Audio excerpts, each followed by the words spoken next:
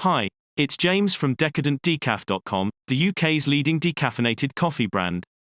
Today, we're going to ask the question: what are the symptoms of caffeine intolerance and caffeine allergy? First of all, let's start with caffeine allergies.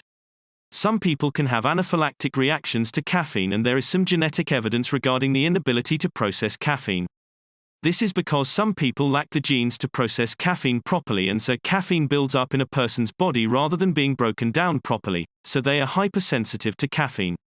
Physical symptoms of caffeine hypersensitivity include rashes, sweats, swelling, and difficulty breathing.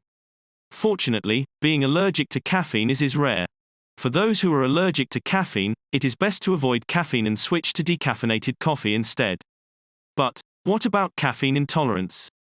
Caffeine is not only coffee, but also many different types of teas, energy drinks, and soft drinks. Due to the molecular structure of caffeine, once ingested, it is transported very quickly around the body and its effect is felt relatively quickly. Some people have an intolerance to caffeine, which ranges from light to strong sensitivity.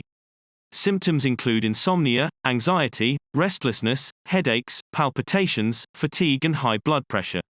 The question is how much caffeine is safe to drink. As with most food intolerances, when the reaction to caffeine is classed as an intolerance and not an allergy, the answer to this question depends very much on the individual. People are affected by caffeine in different ways. Some are much more sensitive than others and have to adjust their intake accordingly. General guidelines say that 3 to 4 cups of coffee per day is fine for most people, but this may be way too much for people with caffeine intolerance. Indeed, for some people, symptoms of caffeine intolerance might appear when consuming small amounts of caffeine.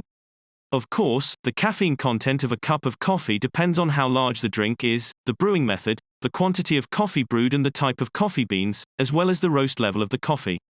For those coffee lovers who are caffeine intolerant, it is better to monitor your caffeine consumption and perhaps switch to decaffeinated coffee or herbal teas.